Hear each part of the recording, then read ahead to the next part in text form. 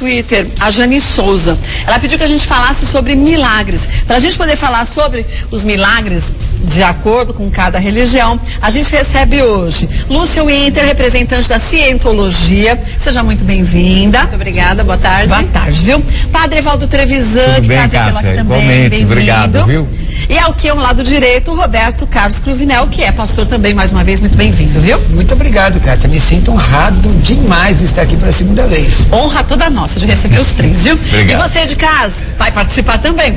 É só você mandar suas perguntas por Twitter, pode, ou então por e-mail. Mas vamos ver um pouquinho desse resumo do que significa um milagre. Veja aí. O milagre é um fenômeno sobrenatural que aparentemente desobedece às leis da natureza. É como se o ato divino interferisse no rumo da história. A Bíblia relata diversos tipos de milagres, desde os mais simples, como a transformação de água em vinho, até os mais grandiosos, como a suspensão das águas do Mar Vermelho por Moisés.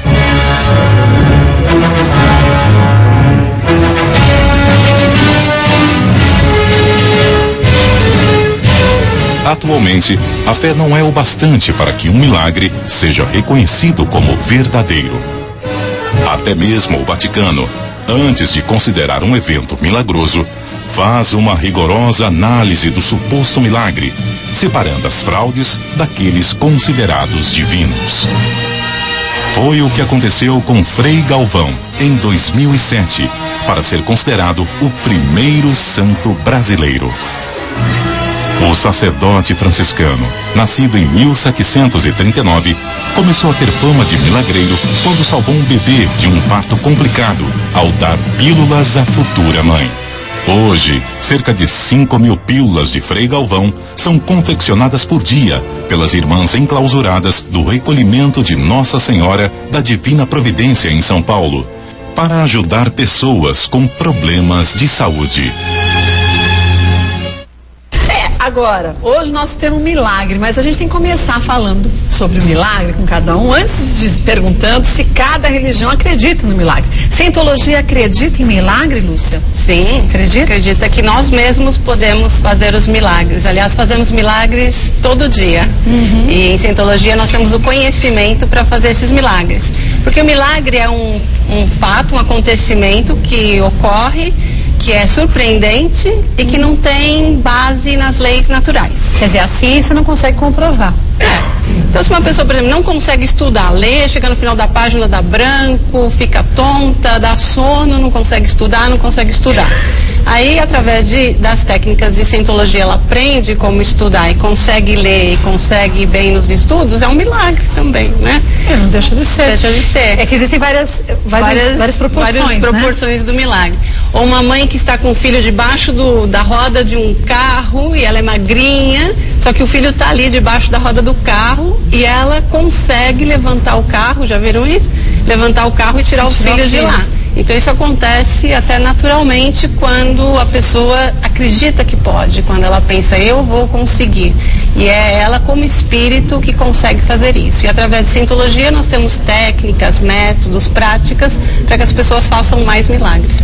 Quer dizer, para começar a entender um pouco da Cientologia, a gente aprende que a gente é capaz de conseguir tudo desde que a gente queira e se esforce para isso. Exatamente, deixar a pessoa mais forte como si mesma, não, é aquilo que vai me ajudar, é isso, é aquilo fora de mim. Não, como eu posso ficar mais forte, mais autodeterminada para conseguir as coisas na minha vida e não ter que depender tanto de outras pessoas, de outras coisas ou até de entidades outras para nos ajudar, que a gente mesmo possa realizar as coisas. Isso nos valida muito, porque assim você se sente mais forte, mas eu sou um ser espiritual com infinitas habilidades, e aí eu fico mais forte, menos invalidado por outras coisas que possam ser mais que eu. Agora, padre, quando a gente fala em milagres, a Igreja Católica enxerga os milagres também de uma forma muito categórica, né? Quer dizer, os milagres existem. E ao mesmo tempo, para se aceitar aquilo como um milagre, tem que passar por literalmente uma sabatina gigante para ter certeza de que aquilo foi uma obra divina, né? Exato. Um pouco diferente, né? da concepção, como a Lúcia colocou, porque o milagre ele é uma intervenção diretamente de Deus, né? Não é você, não depende de você, entendeu? Evidentemente que a gente tem que acreditar, aceitar e pedir da fé, né? Da fé. Mas independente da fé, o milagre pode acontecer, porque depende de Deus e não de nós. Do merecimento de cada um? Nem do merecimento não, é do coração de Deus mesmo, porque o milagre ele foge um pouco da compreensão humana. Quando a ciência dá o seu diagnóstico final, por exemplo, é terrível, mas ouvir uma palavra como essa, encerramos o protocolo para um doente, né? Quer dizer, não tem mais nada a fazer. A ciência não tem mais nada a fazer. E essa pessoa, através da sua fé, através da religião que ela professa, ela recebe o milagre, ela recebe a cura daquela doença que já estava diagnosticada como terminal, houve um milagre, houve uma intervenção. Então não depende da pessoa, um pouco diferente da cientologia, que vem de dentro para fora, vem de fora para dentro. O milagre é algo que é uma intervenção de Deus, né? E nós nascemos, evidentemente, a igreja cristã, católica, nasceu do milagre da ressurreição. Por isso é que nós somos, essencialmente, vivemos essa dimensão do milagre, experimentamos isso em nossas vidas. Um pouco diferente da cura. A cura é quando você está enferma, está doente, você está tomando um remédio, e a sua fé, inclusive, vem em auxílio à medicação, ao tratamento. A fé me ajuda nessa recuperação, né? E os médicos dizem que é muito melhor tratar pessoas que têm fé do que aquele que não crê em nada. Bom, e a ciência já comprovou isso até com tomografias, enquanto a pessoa faz uma oração de acordo com aquilo que ela acredita, pode ser em qualquer coisa. O resultado é diferente. O resultado é diferente. Exato. Isso é cura. O milagre não. O milagre é uma intervenção divina aonde não existia mais perspectiva nenhuma de cura. Ciência não pode fazer mais nada, de repente a pessoa fica boa e ninguém sabe por quê. Exatamente. Aí foi um milagre. Agora, pastor Roberto, para os evangélicos, vocês acreditam em milagres também, né? Sem dúvida nenhuma. A própria definição de milagre, dicionário, a etimologia da palavra, exclui a questão da ação humana. Porque milagre é contrariar as leis da natureza e as leis estabelecidas. É algo sobrenatural. Exatamente. Existe uma colocação grega, metatapsíca, que é metafísico, é algo além do natural. No nosso entendimento, diferente da cientologia, onde coloca quase como uma indução, a pessoa pensa na sua cura, na sua libertação e tenta pelo poder da mente. Não, nós acreditamos na intervenção de Deus. Apocalipse 1:8 diz que Jesus, ele é pantocrator. A palavra pantocrator quer dizer todo poderoso. Agora você imagina alguém pela força da mente derrubar a muralha de Jericó, ou abrir o mar vermelho, ou ressuscitar um morto pelo poder da mente. Muitas vezes o milagre, diferente da cientologia, que fala sobre si, o milagre de Deus muitas vezes pode agir sobre a sua família, através da sua oração. Quer dizer, uma dependência de Deus. Mas... A diferença, Kátia, é que para nós cristãos, os cristãos, eles acreditam na completa dependência de Deus.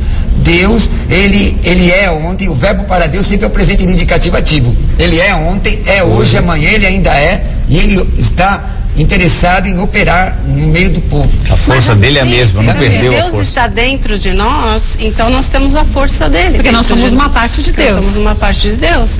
Então nós temos esse poder que Deus nos concede. E nós podemos fazer as coisas, não temos que depender de alguma coisa diferente. E podemos aprender como fazer. Quer dizer, mais ou menos como o padre Trevisan disse em relação à fé. É diferente até um pouquinho a diferença que da colocação da cientologia. Ele se julga um Deus. Porque se ele pode fazer... somos um pedaço de Deus. Então, você é parte de uma coisa, você tem o mesmo DNA. E não é isso que a Bíblia ensina. Somos filhos. Nós somos filhos de Deus por adoção, porque Jesus morreu na cruz. Por isso que pregamos salvação. A palavra salvação, no grego, é soteria. E significa saúde. O maior milagre é a transformação da vida de uma pessoa. E isso o psicólogo muitas vezes não ajuda. Agora, deixa eu lhe perguntar uma coisa, pastor Roberto. Quando a gente fala em milagres, aí as pessoas logo vão imaginar, mas então por que Deus concedeu um milagre ao Joãozinho e Deus não concedeu um milagre ao Eduardo, por exemplo? Quer dizer, como ele faz essa escolha, já que não é um mérito de cada um? Louvado seja o Senhor, que Deus, ele é soberano, ele tem tudo sob o seu controle. Tudo está debaixo do controle de Deus, tudo. E na sua soberania, hoje se prega muito um Deus caixa de banco, onde você paga uma determinada quantia e você pode sacar numa caixa de banco o seu milagre, o favor de Deus. Seu crédito, isso está errado. Né? Efésios 2:8-9 diz: pela graça sois salvos, mediante a fé, isso não vem de vós, é dom de Deus, nem de obras, ninguém pode comprar um milagre. Agora, acontece o seguinte: a partir do momento, na nossa concepção cristã, que eu sou salvo, este é o maior milagre. Jesus não morreu na cruz do Calvário para curar ninguém, nem para resolver problema de casamento. Então por que ele faz? Ele pergunta, né, Kátia? Por que para alguns e não para todos? Porque o departamento de marketing de Deus é muito bom. Então ele faz essas obras. Porque a Bíblia diz isso: se você não crê naquilo que eu estou falando, acredite no que eu faço. Mas o milagre em si não é a finalidade última de Deus, mas que nós reconheçamos Jesus como Salvador da nossa alma. Mas o milagre é um sinal, não é? É um sinal. É um sinal. Ele não deve parar em si, mas ele aponta para algo maior. Esse algo maior é Deus. Mas acho que as pessoas nas igrejas de vocês questionam isso, não questionam? Quer dizer, uma mãe, por exemplo, que perdeu um filho. Sim. O seu filho ficou doente e acabou falecendo. Uma outra mãe recebeu a graça do milagre e seu filho se salvou. Por quê? Essa primeira mãe, ela não era tão boa como a segunda? Mas a questão não é de mérito. A questão não é de mérito. Não é de mérito, exatamente. A questão é Deus na sua soberania. Peço até perdão, acho que eu estou falando demais, né, pai? Deus na sua soberania, ele sabe quem ele deve. Por exemplo, imagine que se ele cura uma pessoa no leito de morte, e essa pessoa se desvia da presença de Deus, não é? Eu prefiro partir para a glória, porque eu tenho convicção de salvação. É diferente dessa visão humanista de hoje, diz que eu sou autossuficiente, eu posso resolver meus problemas. No cristianismo, nós dependemos totalmente da graça de Deus. Tudo bem, mas se eu não tenho fé, por exemplo, aí a graça pode chegar até mim, mas eu não tenho fé suficiente, eu não sou forte o suficiente, eu não creio de verdade nesse Deus. Então, muito provavelmente, eu não aproveite essa oportunidade. Mas você não tem fé para ser curada. Você não professa, mas que aquele milagre pode acontecer na sua vida, pode, porque não depende de você. Mas aí a pessoa encara como sendo um milagre? Vocês já presenciaram algo assim? Sem dúvida, eu já vi paralítico andar. Conheço gente aidética curada. E quando a criança, por exemplo, que não tem a condição intelectual ainda de professar a fé, e ela é curada de câncer, curada de doenças graves, e ela não sabe nem rezar, ela não sabe, ela é inocente. Mas não foi a fé dos pais também que ajudou? Pode ser. Então, pode ser o que a oração. Acontece é o seguinte, Kátia, que hoje se ensina a buscar a Deus pelo milagre. E o cristianismo ensina a buscar a Deus por quem Ele é, o Salvador do mundo. O milagre é apenas um sinal. O milagre é só um sinal. Agora, o que ele faz. Eu tenho dificuldades, respeito a postura, a minha área de mestrado em religiões mundiais, estudei, escrevi, inclusive, sobre assuntos de religião. Eu tenho dificuldade dessa visão humanista, dizer que o homem pode resolver. Em nenhum ramo da filosofia, nenhum deles eu tenho formação em filosofia também, nenhum ramo da filosofia o homem conseguiu resolver todos os seus problemas internos. E até isso é um milagre. Mas só até Jesus falta o senhor conhecer mais da cientologia, porque agora sim, com o conhecimento que nós temos aqui, nós fazemos milagres. E a gente vê o resultado. E não milagre é no sentido da mudança físico, não é? Nós não somos o corpo, nós não somos seres humanos, nós somos seres espirituais. E quando a pessoa se realmente entende quem ela é como espírito, que transcende o aqui e agora, ela pode fazer milagre. Mas quando o milagre acontece, por exemplo, numa pessoa que está doente, que vocês acompanham e tem orações também para essa pessoa, e o milagre acontece, você diz assim: Deus que curou essa pessoa ou foi ela mesma? Aí foi ela mesma, através de Deus, que encontrou o conhecimento, que encontrou a origem do problema. Que quando você encontra a origem de uma coisa, você tem como resolver. Quem tem o poder de curar aí nesse caso? Quem tem o poder de realizar o milagre? É Deus ou é a pessoa? É quem tem o conhecimento. Então observe que não existe algo sobrenatural na cientologia. Não existe, isso que ela disse. Existe Deus. É o ser espiritual que somos nós, que transcende o aqui e agora, não é esse corpo. Olha, a cientologia, eu conheço um pouquinho dela. Ela nasceu na primeira metade da década de 50. Antes da cientologia existir, Deus já estava curando pessoas. Sim, mas a gente já está entrando nesse questionamento. Então, a questão é a seguinte: nós do cristianismo entendemos, e a ciência já provou, que pessoas que têm fé elas têm uma recuperação, nós entendemos isso. A resposta é muito melhor. Agora, existem coisas que são inexplicáveis. Existem questões que, por exemplo, a pessoa está em coma, como é que ela pode, na sua mente, solicitar uma libertação ou uma cura? E nós acreditamos, então, que o poder de Deus pode agir na vida da pessoa. Esse poder de Deus não é o produto da mente, porque a questão exclui Deus, torna Deus impessoal. O agnosticismo ensina isso. Se é que Deus existe, ele está tão longe que ele não pode influenciar na vida humana. O cristão, seja católico ou evangélico, ele acredita num Deus imanente, entendeu? Num Deus imanente. Eu posso orar por você, vamos supor que você esteja numa UTI, e eu posso orar por você. Eu acredito que é o poder de Deus que pode te levantar. Eu não oro a minha mente e nem oro a mim mesmo, porque a Bíblia diz que é algo transcendente. Você acredita? Mas você não acredita que na hora que você ora para uma pessoa, você emana uma boa energia para essa pessoa também? Uma energia de amor. Você não acha? Quer dizer, você está lembrando da pessoa, você está fazendo uma oração, você está lembrando com carinho daquela pessoa. Mas é uma questão semântica, né?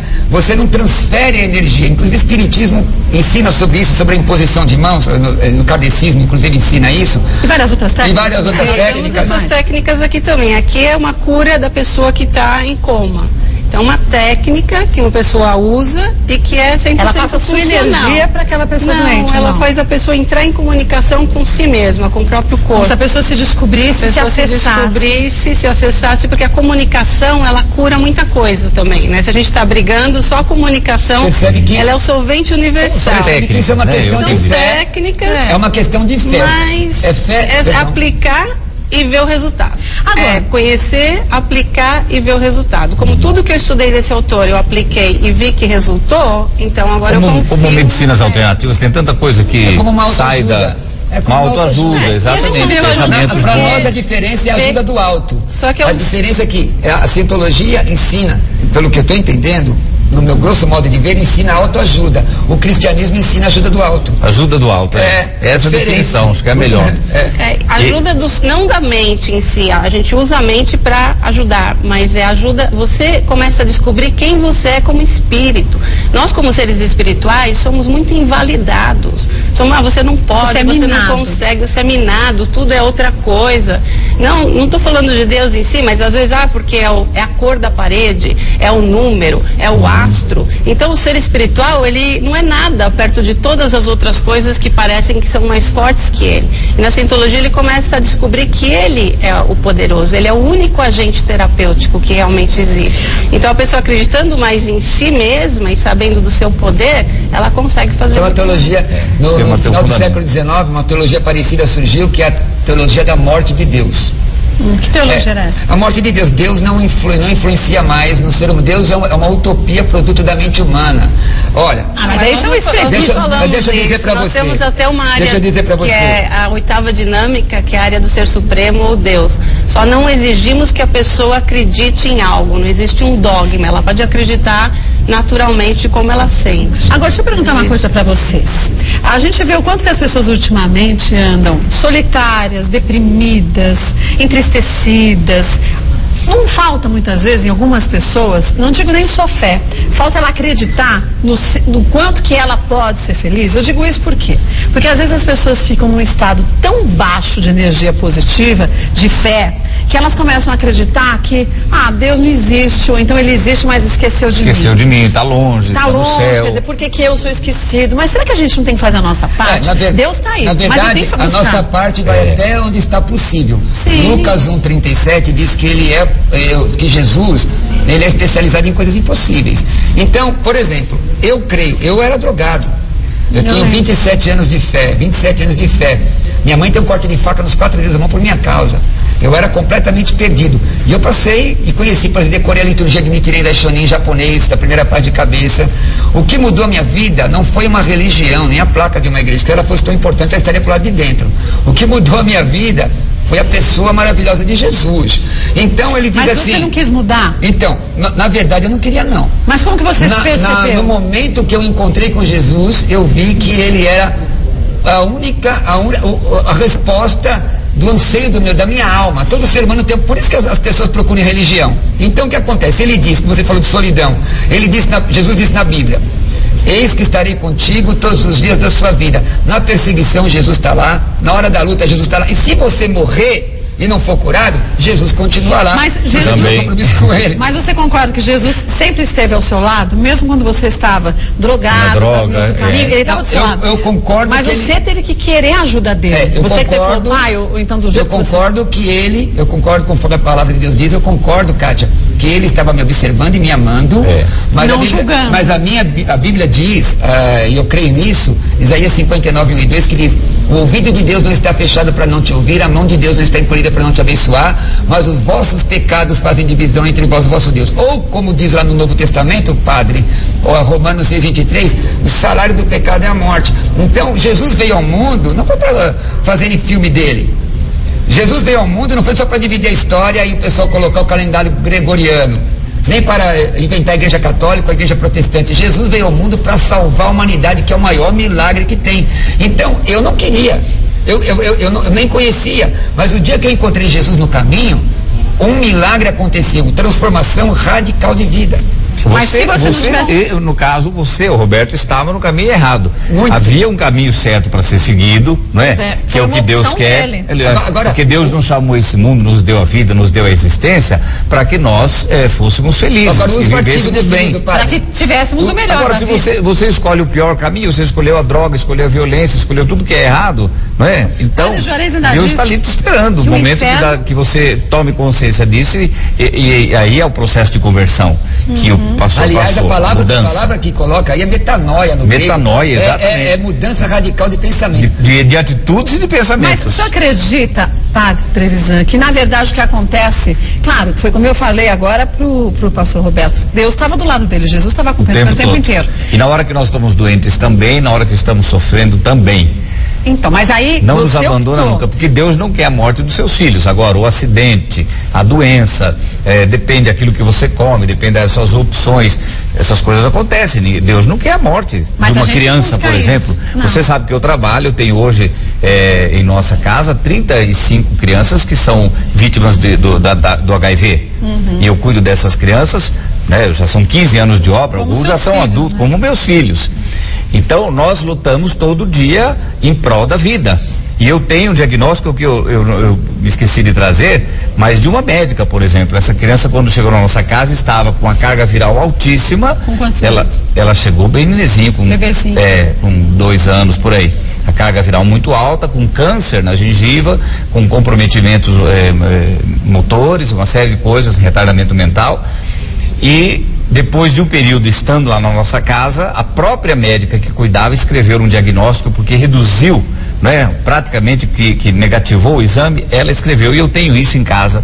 Isto é um milagre, é a palavra da médica, da ciência. E para uma mulher, para uma médica falar isso, ela escreveu no receituário. Padre, tem uma aluna agora. E essa criança que quando chegou lá tinha 2 anos, hoje tem acho que uns 12 por aí, tá na escola, tá viva. Tá vivo, tá na escola. Isso é um milagre, se ela será salva ou não, é de Deus. Agora, mas ela já não foi salva? Eu tenho uma aluna. Quer dizer, se ela, o pastor falou, se ela for salva. É entre ela e Deus, ela recebe qualquer pessoa. Mas ela já foi salva. Não foi salva. Meu Deus, ponto de vista foi salva. E do ponto de vista também escatológico, porque a salvação não é só nos curar de uma doença ou só nos levar para o céu, é resgatar o homem hoje, na sua dignidade. Deixa eu colocar o ponto de vista do que eu entendo bíblico sobre essa questão.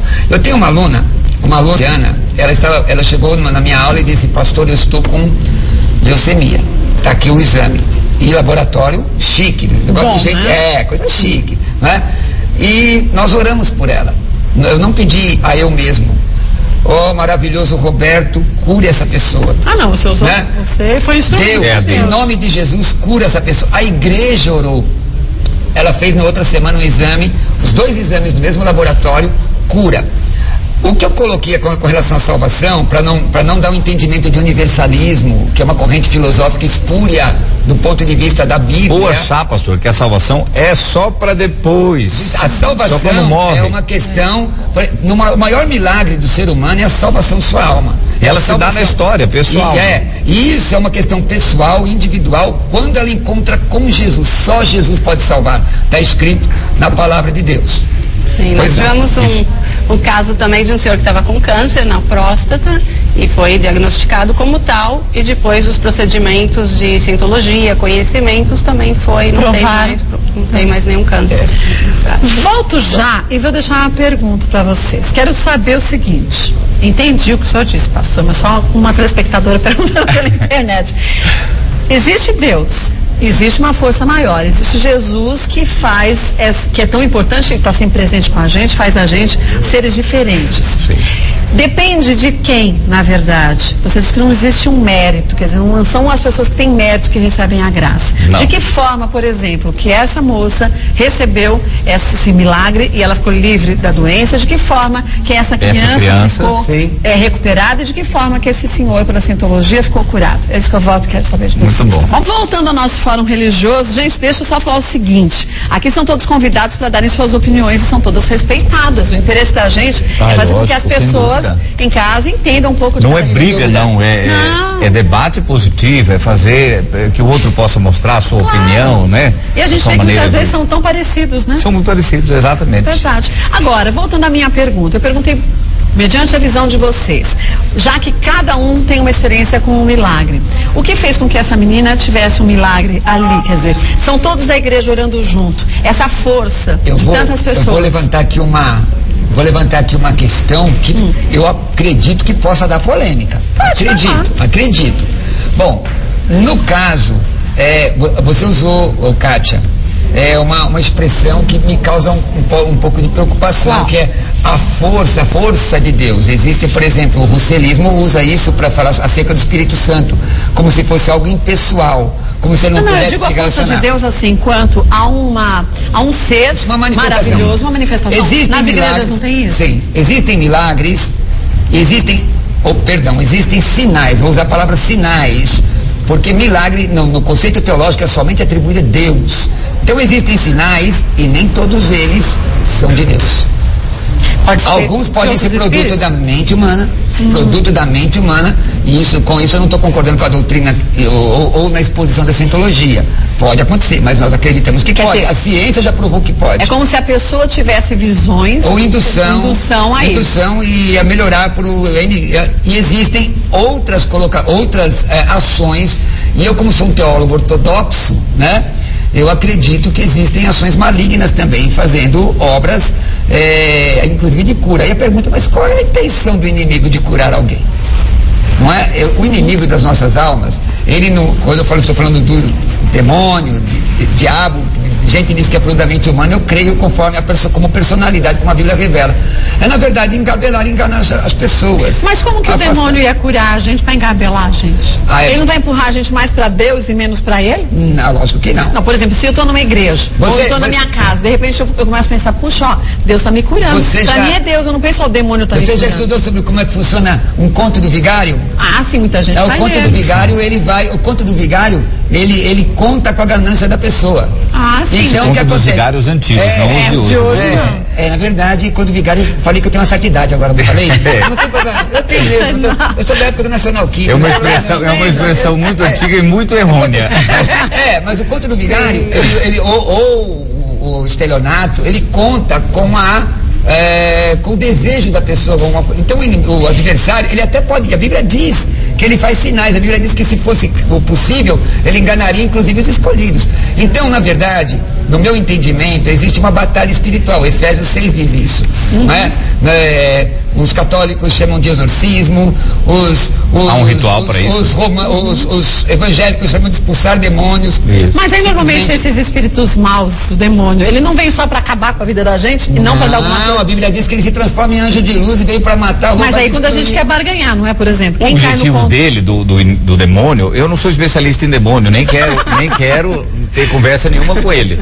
Mas como existe, é uma realidade, então o objetivo do demônio é fazer com que a gente se afaste da graça de Deus. Que a gente fique ludibriado. Exatamente. Né? E você se afasta da graça de Deus. Então ele usa o recurso. Usa todos os recursos. Mas não acho muito difícil uma pessoa numa religião, num culto, num momento de oração, como nós temos a missa de cura, por exemplo. Eu celebro aqui em São Paulo, toda terça-feira às 8 horas, uma missa de cura para 3, 4 mil pessoas que vão lá. E elas têm uma resposta à sua dor, à sua necessidade. Um dia eu perguntei assim, quem aqui hoje não tem pedido nenhum para fazer a Deus? Ninguém levantou a mão. A gente sempre tem. Todo mundo estava lá dentro para pedir alguma coisa. Pega o caso dos 10 leprosos. E carteiras que a gente peça para a pessoa levar, por exemplo, um remédio que estão tomando, fica lotado. Fica cheio, todo mundo está tomando alguma coisa, todo mundo está doente, o nosso povo está doente. E nós não podemos anunciar um Deus, então, que esteja castigando, porque você pecou, então você agora vai ficar doente, você está pagando por isso, não. Eu vou anunciar um Deus que cura, um Deus que liberta e um Deus que salva. Então essa é a experiência que eu tenho como padre. Porque eu não anuncio a mim mesmo, eu não posso querer que a pessoa venha e pare em mim. Eu tenho que ser ponte, eu tenho que ser um sinal, eu tenho que ser um canal da graça de Deus para o fiel que vem. Então a gente usa. Uma confiança. Posso fazer uma pergunta, então? Mas ele tem que ainda responder a sua pergunta e eu ele também. não respondeu ainda. Quer dizer, você acredita que no caso dessa criança, padre, o que fez com que o milagre acontecesse na vida dela? Foi algo também por mérito dela ou pela influência de todos vocês? O mérito sempre é de Jesus. Mas por que algumas doenças... Pelos méritos de Cristo é que nós somos curados e salvos e libertos. Mas por que as outras crianças ali não foram curadas também? Outras também ali vão pela mesma situação? Eu creio, Cátia, que a gente entra num campo assim de mistério, porque eu nunca vou conseguir entender, né, os desígnios de Deus, a totalidade do desígnio de Deus. E era nesse ponto que eu queria chegar.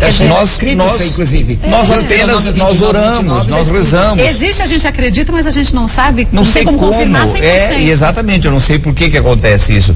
Acontece com uma pessoa, não acontece com a outra pessoa. Há um desígnio de Deus, há um projeto de Deus. Muito maior do que a gente Muito maior, e a gente jamais vai conseguir. Diz exatamente isso que o pai está falando. Deuteronômio 29 diz, as coisas reveladas são para os homens e seus filhos, e as encobertas são para Deus que o fez, está escrito. São encobertas, então, nem tudo a gente vai conseguir explicar. O grande problema hoje, Kátia, é que se busca um milagre pelo milagre. Isso, parece uma linha tênue, mas eu busco a Deus porque Ele me ama. Eu gosto dessa colocação do pastor porque Roberto. senão você está tentando barganhar com Deus. Porque você... Exato, o milagre ele sempre aparece, sobretudo nos evangelhos, na prática de Jesus, né, que foi uma prática humanitária, de amor, de carinho, sobretudo para com os doentes, né? Não houve um doente que chegasse próximo a Jesus e que saísse e disse, olha, eu não posso fazer nada por você, se conforme com a sua dor. Não. Jesus sempre teve uma palavra e uma solução para aquele problema que veio até ele. Mesmo que a palavra seja creia no Pai, um dia melhor virá. Isso é o que o pastor colocava como salvação. É salvar a pessoa da situação que ela está vivendo agora. Não é prometer para ela ou fazer conformismo, bate a tapinha no ombro e dizer assim, olha, se conforme com a desgraça hoje que você vai ganhar o céu. Não, mas eu não quero um Deus assim. Eu quero um Deus que me ame nesse mundo e na minha experiência pessoal, Ele me mostra que Ele me ama. E mostra sinais. E Ele mostra sinais. Sem dúvida. Então aí vem o milagre. O milagre ele é um sinal de um Deus que me ama e que está na minha história. Agora, Lúcia, pela sua visão, e também vale a mesma pergunta, no caso daquele senhor que tinha câncer de próstata, você acha que ele se dedicou mais àqueles métodos todos que a Scientologia passa? Sim. Na vida, normalmente, o que a gente vê? As pessoas nascendo, bem alegres, a criança alegre, já o adolescente já não está tão alegre, o adulto já está bravo, depois mais velho está triste e outras coisas. Então parece que é o normal da vida. Envelhecer, adoecer, perder o corpo. Então, com a Scientologia, a gente entende que tudo que acontece de doloroso na nossa vida fica gravado, fica uma imagem mental. Pode chamar do que seja, fica uma imagem com a dor, com o sofrimento e com conclusões que a própria pessoa tomou naquele momento. Tem um exemplo simples, uma criança pode estar muito doente e a mãe cuida, os avós cuidam. Então, ele pensa assim, nossa, até que é bom ficar doente. É bom porque me tratam melhor quando eu estou doente. Eu chamo mais atenção e amor de todos. Ele tem essa conclusão, pode ser uma conclusão errada, mas naquele momento ele está com febre, está se sentindo mal, ele conclui isso. Isso tem uma força. E mais tarde, na vida dele, ele pode voltar a ficar doente por esse pensamento que ele teve antes. Então, com a Scientologia, a gente alivia isso, torna isso consciente, porque são pensamentos inconscientes. Quando você torna esses pensamentos negativos conscientes, quando eu estava doente eu pensei, que bobagem. E a pessoa se dá conta que isso é uma bobagem, aí ela começa a ficar mais e mais saudável. O que a gente vê a gente tem que ver os resultados. Falar, a gente pode ficar falando, teorizando e filosofando. Mas vamos ver o resultado. O que eu sei eu sou muito saudável, tenho nenhuma doença e já tô mais pra lá dos 200, né? Não pode falar. Eu também já estou nos 200. E bem, assim, não tenho necessidade de medicação, nada, porque não tenho doença. Mas não é negar a doença, não. É não ter mesmo, não né? ter mesmo. Não ter graças mesmo. a Deus. É uma corrente que que nega. ensinando negar a doença. Isso se chama confissão positiva. Então a pessoa está com dor de cabeça e ela fala que não. Assim, eu não estou com dor de cabeça. Isso é mentira. Mas ela está se iluminando, né? Não pode se enganar desse jeito. A gente postula estar saudável, é saudável, e a gente vê que as pessoas ficam mais saudáveis. E se a pessoa ficar doente, Lúcia, eventualmente, dentro da cientologia, por exemplo, porque isso eu já vi dentro do neopentecostalismo, que me causa assim uma certa preocupação. E eu queria, se você permitir, saber a minha opinião. Claro. Se lá, porque pelo que eu estou entendendo, você não tem nenhuma enfermidade.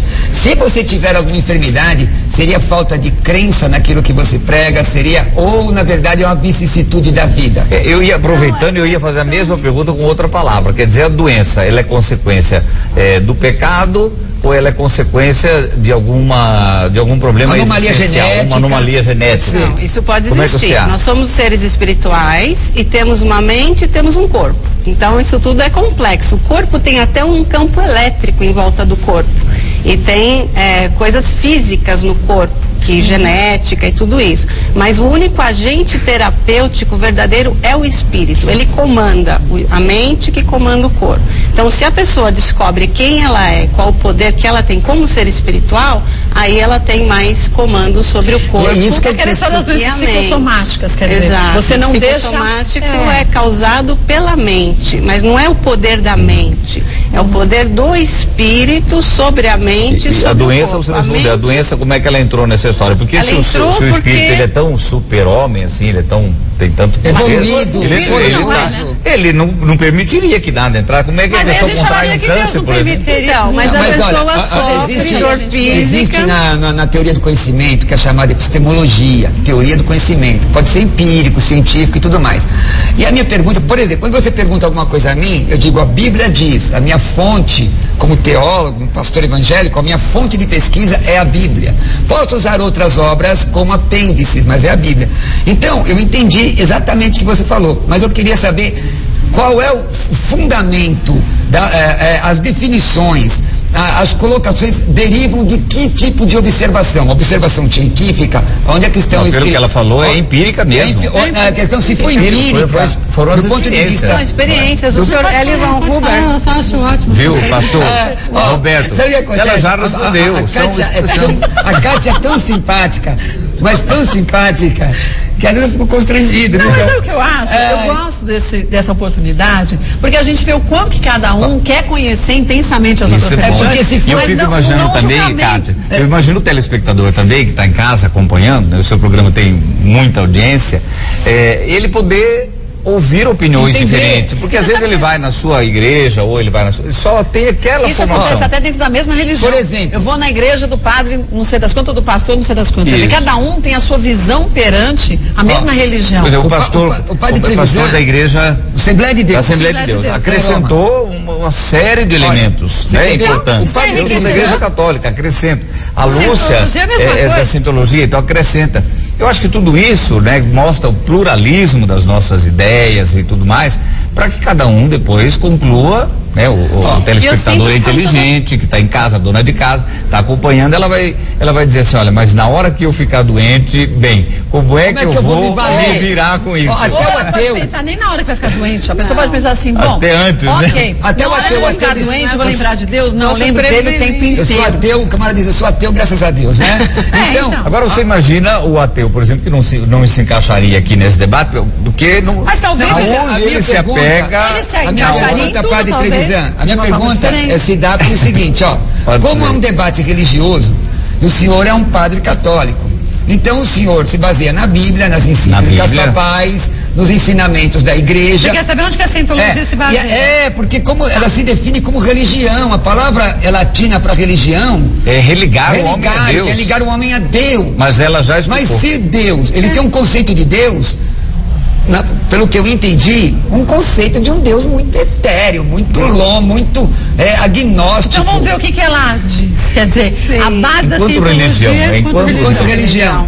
É baseado em 50 mil anos de história do ser humano. Esse autor, L. Ron Hubbard, que fez a pesquisa, escreveu os livros, ele estudou as linhas da filosofia, linhas da psicologia, religiões. Ele fez esse estudo, um apanhado geral e cita muitas coisas que o senhor está citando também. Ele fez todo esse estudo, viajou o mundo inteiro, estudou... Ele seria no nosso caso, um pastor, um padre, seria qualificado assim, como um líder religioso? Um líder religioso. Ele que fundou a cientologia. E as pessoas, ele escreveu tudo isso, que foi bom, que ele não deixou outra pessoa escrever, ele mesmo escreveu em inglês, e agora já tem traduções, esse livro está em 52 idiomas. Então as pessoas agora podem, através do conhecimento que ele desenvolveu, dessa pesquisa muito grande, da percepção que ele fez, dele, da percepção dele, ele estudou 21 raças primitivas. Ele não ficou... Apresenta a bibliografia. E vocês têm culto? Tem um momento de oração, de culto? Temos casamento, temos batismo e oração quando a pessoa morre também. Esse tipo de culto. O conceito é assim, se a religião é ligar o homem a Deus e eu mesmo me curo, então estou me ligando a mim mesmo.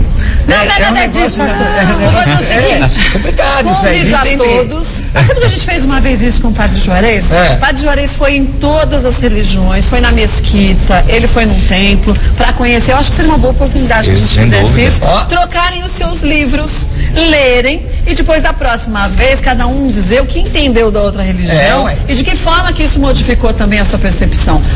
Para mim é uma novidade mesmo a cientologia. É que eu já li o livro como religião, né? Eu sempre ouvi falar, mas como uma filosofia de vida, como uma maneira de encarar o mundo, os problemas e tudo mais.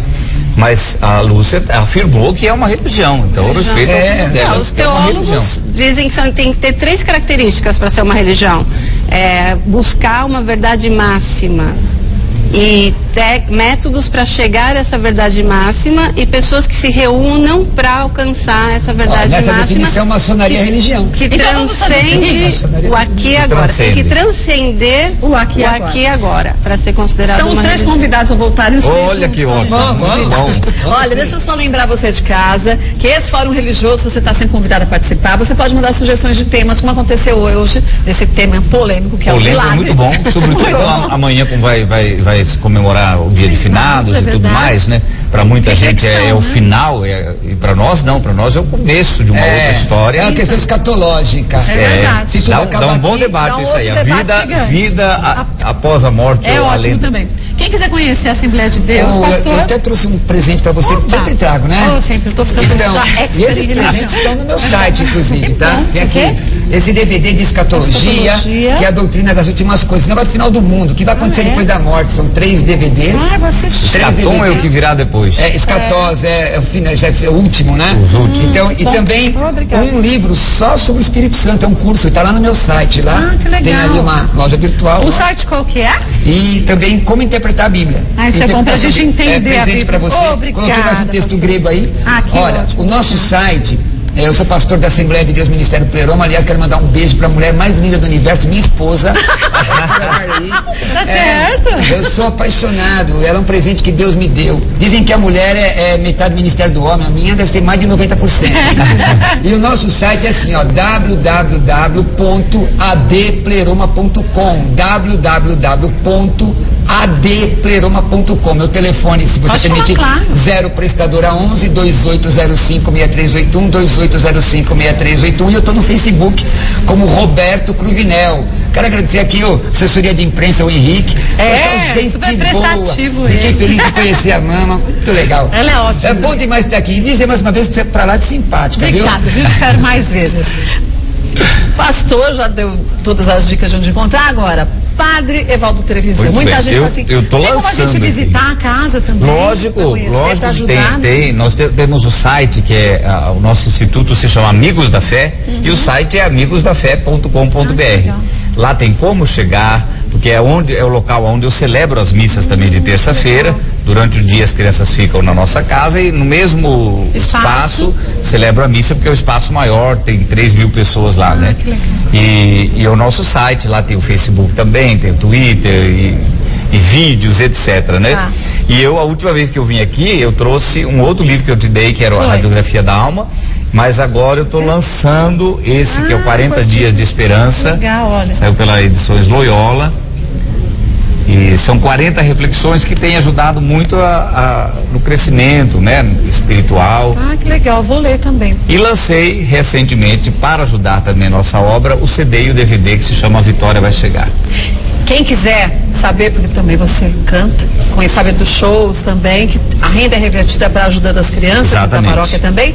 No site a gente pega as informações todas? Todas as informações, no site tem os nossos telefones, os contatos, né? Inclusive para a pessoa saber, às vezes, onde encontrar, apesar que está em todas as livrarias católicas, facinho de achar. Tem o site também, padrevaldotrevisan.com.br. É o mesmo, é o mesmo. É o mesmo. Eu falo que o Amigos da Fé é mais fácil, porque é mais fácil de memorizar. Então, olha, Amigos da Fé, estou te esperando lá fazer uma visitinha. Obrigada mais uma vez, viu, Padre? Eu que agradeço e gostei muito do debate, espero que tenha sido engrandecedor, sobretudo para o telespectador que está em casa poder saber e enriquecer um pouquinho mais o seu conhecimento sobre tudo isso. Tenho certeza que foi. Obrigado. Lúcia, quem quiser conhecer um pouco mais a Cientologia, nós temos também um lançamento, que é legal, né? O livro em filme, é um DVD e um Blu-ray, então já ganha 2 em 1. Então muito bonito, muito estético, é de presente para você também, muito bem feito. Que legal. Esse é o livro número 1 da Cientologia. E as pessoas podem entrar em contato com a gente através do site, que é o www.dianética, porque é o primeiro livro desse autor, Dianética, com D de dado, N de navio.org.br, e o telefone é 11 5081 6711. E também convido as pessoas a ouvirem meu programa na Rádio Mundial, toda quarta-feira às 7 horas da manhã e domingos às 19h30. Deixa eu aproveitar e mandar um beijo a todos da Rádio Mundial, a Miriam, a todas as pessoas da Rádio Mundial. E é uma rádio que trabalha justamente com o que a gente faz aqui, a união de todas as religiões. Não existe discriminação também em relação a isso é muito importante. Queria agradecer a Lúcia Winter, representante da Cientologia. Obrigada sempre pela participação. Padre Evaldo Trevisan, muito obrigado. Sempre à disposição. Quando fala programa da Kátia, eu já estou prontinho para vir. Obrigada mais uma vez. Mais uma vez, pastor Roberto, muito obrigado. Eu que agradeço. E agradeço a oportunidade de conhecer um pouquinho mais as religiões de uma forma diferente do que a gente normalmente pensa, né? Obrigada mais uma vez. Vamos